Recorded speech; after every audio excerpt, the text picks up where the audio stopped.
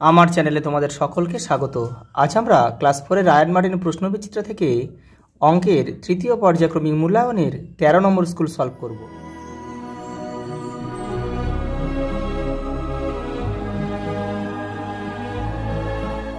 দেখো প্রথম প্রশ্ন কি বলেছে, দেখো 206 সংখ্যাটি 3 দ্বারা বিভাজ্য না বিভাজ্য নয়। দেখো অঙ্কগুলোর সমষ্টি দেখো, 6 আর 2 কত 8, তাহলে 8 3 দ্বারা বিভাজ্য নয়, অর্থাৎ সংখ্যাটা 3 দ্বারা বিভাজ্য হবে না।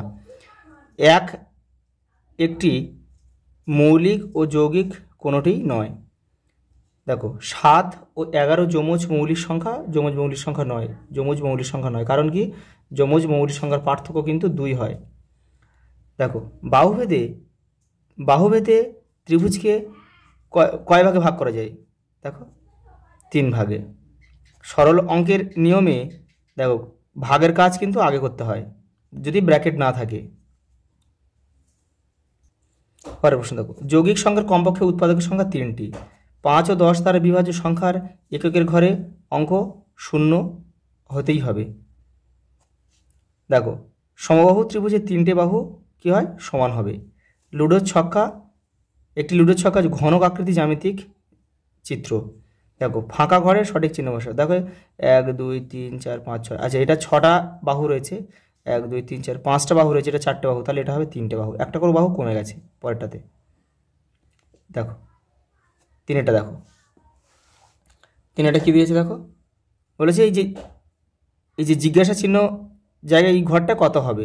তাহলে দেখো আগে এই ঘরগুলোতে কি নিয়মে, এই যে দুটো ঘর রয়েছে এরা একটা কিন্তু নিয়মে হয়েছে, সেই নিয়মে কিন্তু এটা হবে।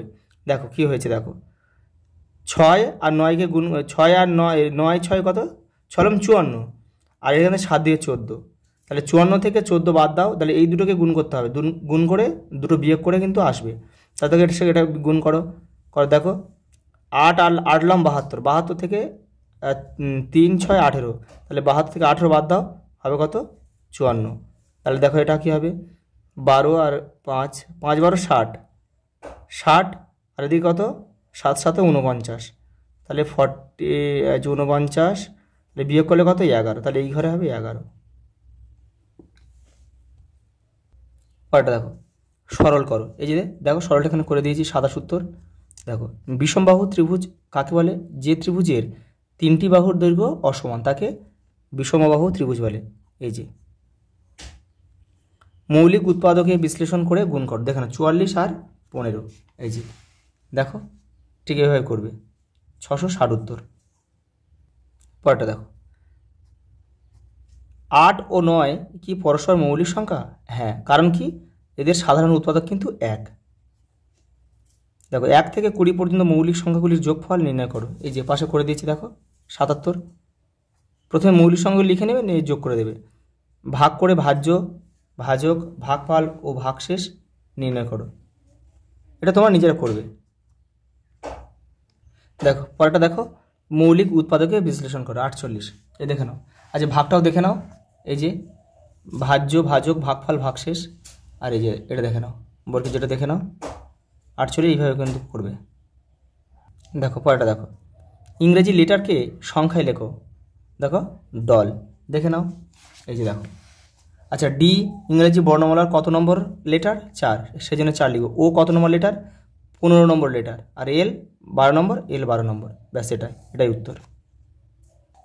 পরেরটা দেখো প্রদত্ত আয়তক্ষেত্রটির পরিসীমা নির্ণয় করো। পরিসীমা বলতে দেখো চারদিকের বেড়াটা, মানে চারদিকটা যোগ করলে দেবে। এখানে 20, এটা 10, এটা 10, তাহলে 10 10 20, আর এখানে কত? 4, এবারেও 4, তাহলে 8, তাহলে 20, আর এদিকে 4 24, এই 4 28, তাহলে 28 কিন্তু উত্তর। দেখো তবু একটা সূত্র রয়েছে, দেখো পরিসীমার সূত্র কি? 2 গুণ দৈর্ঘ্য যোগ প্রস্থ। দেখো দৈর্ঘ্য কত? 10, প্রস্থ 4, 10 আর 4 14, আর এখানে 2 গুণ করো 28। দেখো 14 গুণ 28 হয়ে গেল। পরেরটা দেখো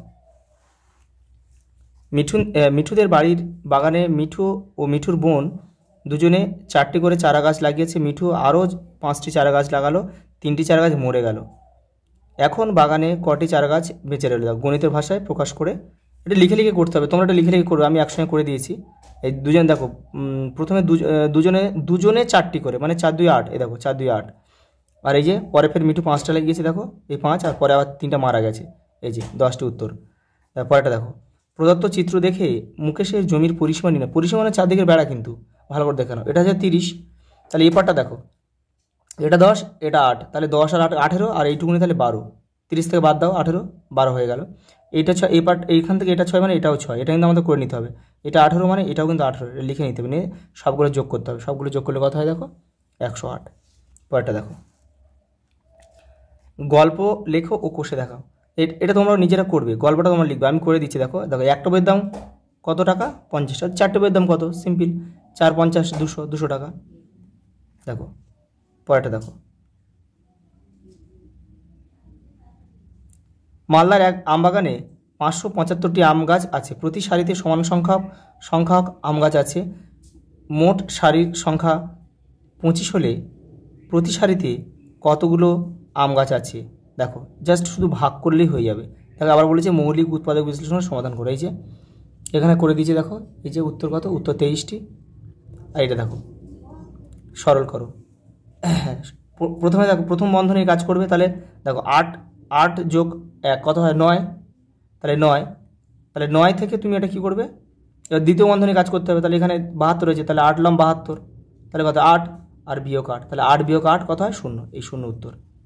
আজ এই পর্যন্ত, দেখা হবে পরের ভিডিও।